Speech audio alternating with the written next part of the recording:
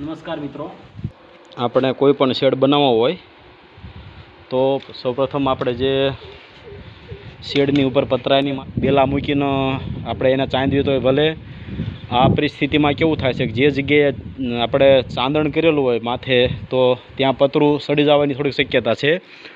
તો એના માટે આપણે એક નવી સિસ્ટમ ગોઠવીશ થોડી, કે આપણે માની લો કે આખું આ પાઇપનું માળખું તૈયાર કરેલું છે, જોઈ શકો છો. આની અંદર આપણે દિવાલ ઉપર જે ફરતી બાજુ દિવાલ આવે એની ઉપર આપણે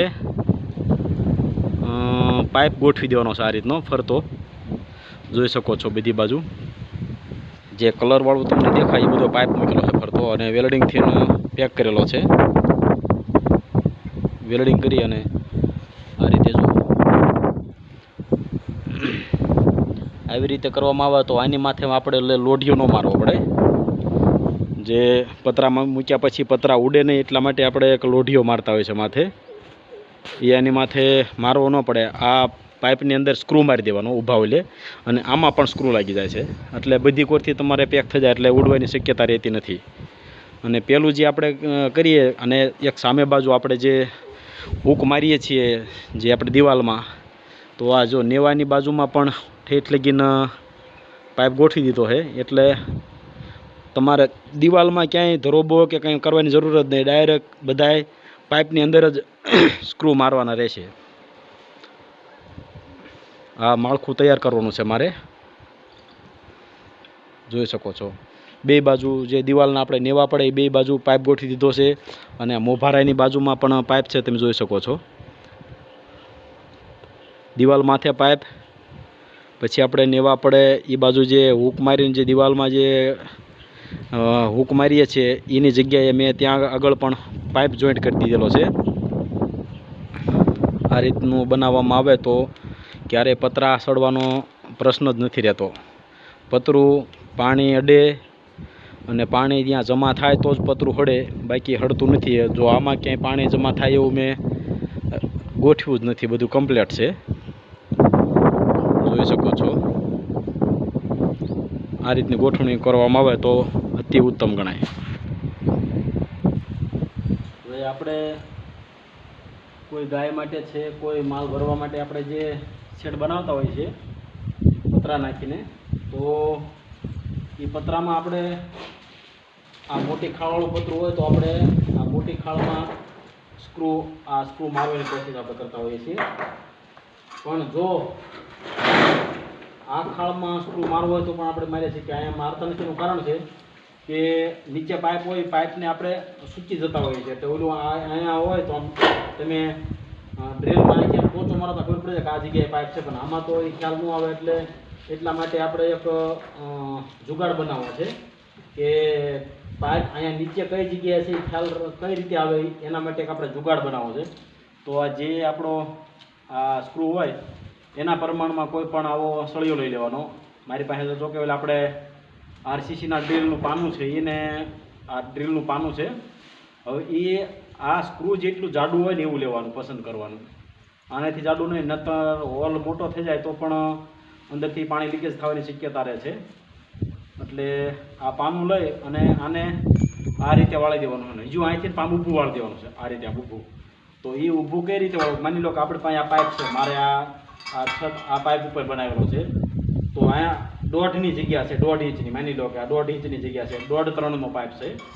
તો હવે આપણે આ રીતે તો ગોઠવણી કરી નાખી. હવે આને અહીંથી બરોબર વચ્ચેથી અહીંથી ઊંચો કરી લેવાનો છે. આ પાઇપ જે છે ને એ બેની વચલા અંતરેથી આ છેડાને ઊંચો કરી લેવાનો એકદમ સીધો. પછી એ છેડો ઊંચો કર્યા પછી આ નીચે આ પાઇપ આપણે મૂક્યો છે, આ રીતે પતરું એની માટે સેટ થાય છે, આ રીતે સેટ થતું હોય છે. તો આ આપણે આમ અંદર જઈ શકે એટલો વાળો, એટલે ઉપલું ઠેબું વજનું કાઢી નાખવાનું છે. અહીંથી અહીંયા આની અંદર જતું રહે એટલું ઊંચું રાખવાનું છે, બાકીનું વજનું કાઢી નાખવાનું છે. એટલે મારા અંદર પ્રમાણે 1.5 ઇંચથી ઉપર એવું ઠેબું રાખો એટલે આની અંદર આરામથી જઈ શકે. પછી એને વેલ્ડિંગ કરી દેવાનું છે આ રીતે.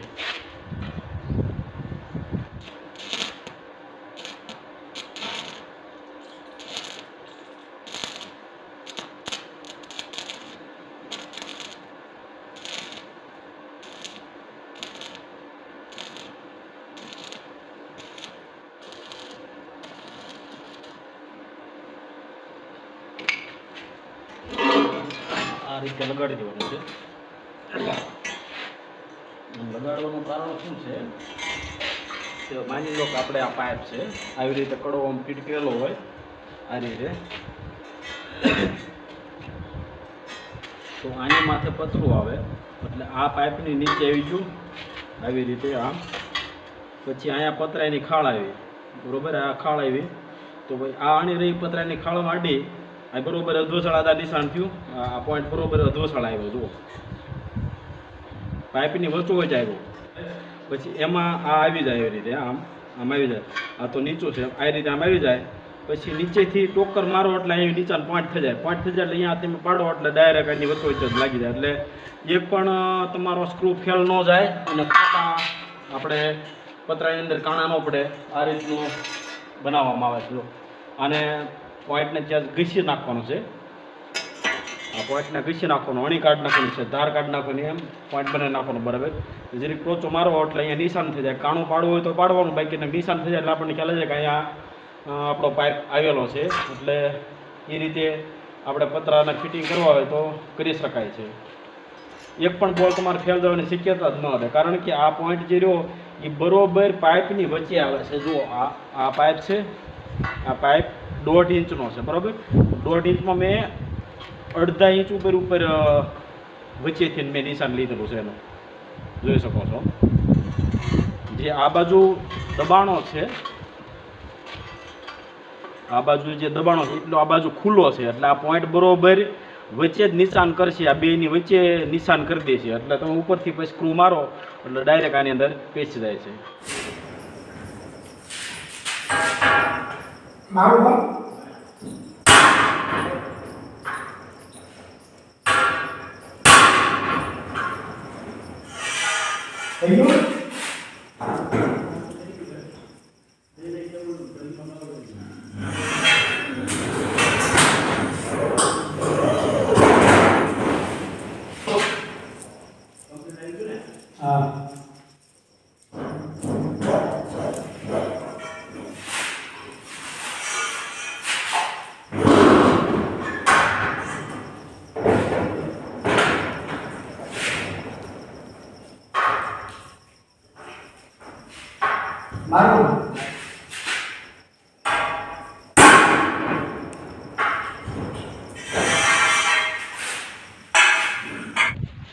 આપણે જે દેશી જુગાડ બનાવ્યો હતો એનું આ નિશાન છે, નીચેથી નિશાન કરેલું દેશી જુગાડ જે બનાવ્યો હતો ને એનું આ નિશાન છે, એક અહીંયા છે, નીચેથી ફૂંકો મારો એટલે ખ્યાલ આવી જાય કે આ જગ્યાએ પાઇપ છે, એક અહીંયા છે, એક અહીંયા છે, આ નીચેથી આપણા પાઇપ જે નીચે હોય તો દેખાય નહીં, એટલે આ રીતે નીચેથી પહેલાં પોઈન્ટ કરી લેવાનો, પછી સ્ક્રૂ લગાડો એટલે સીધો એ આપણે પાઇપની અંદર જ ફિટ થઈ જાય. તો આપણે જોઈએ કઈ રીતના ફિટિંગ થાય છે તે જોઈએ બરાબર.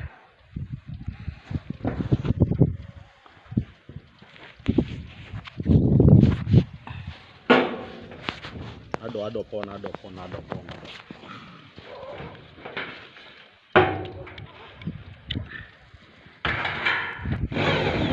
જો પાઇપની અંદર સેટ થઈ ગયો, પછી અહીંયા લગાડી દીધો છે, અહીંયા પણ આપણે લગાડીએ.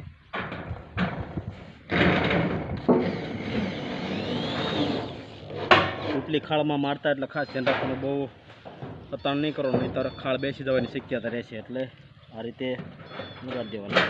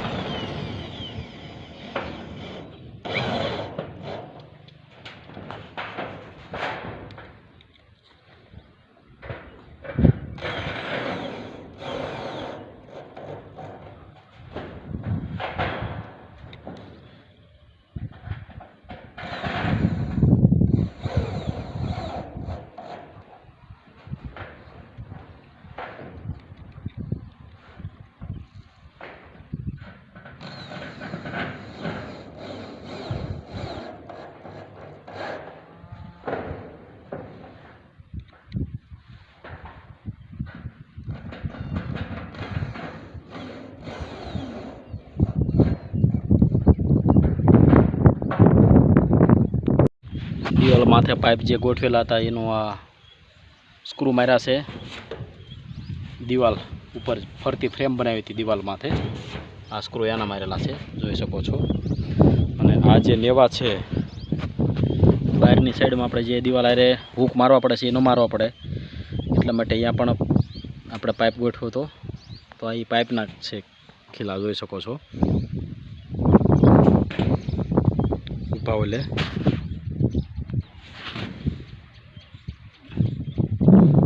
જોઈ શકો છો. આ બાજુ પણ સ્ક્રૂ લગાડી દીધેલા છે. આ બાજુના નેવા છે. આ બાજુમાં રૂમ છે. આ રૂમની દિવાલ છે. જો આ એનો વાંધો ન થાય એટલા માટે તે નીચે રાખેલું છે થોડું, જોઈ શકો છો. આ રીતનું છે. આ પતરું મોભારાનું મારેલું છે, મોભિયાનું, જોઈ શકો છો. આખો શેડ બનીને તૈયાર થઈ ગયો છે. પેલો દેખાય ગાય માટેનો છે અને આ ગોડાઉન છે નીણ ભરવા માટેનું, જોઈ શકો છો. આ છે જાતે તૈયાર કરેલો અમારો આ શેડ ગોડાઉન, જોઈ શકો છો. આ બધું ફિટિંગ જાતે જ કર્યું છે, જોઈ શકો છો તમે.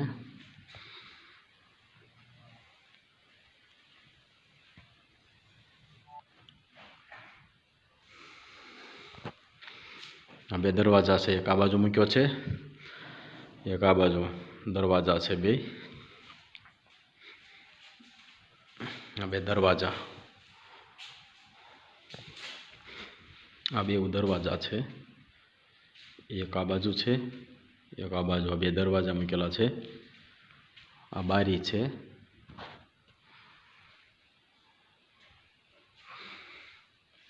બધી ગોઠવણી જાતે જ કરેલી છે.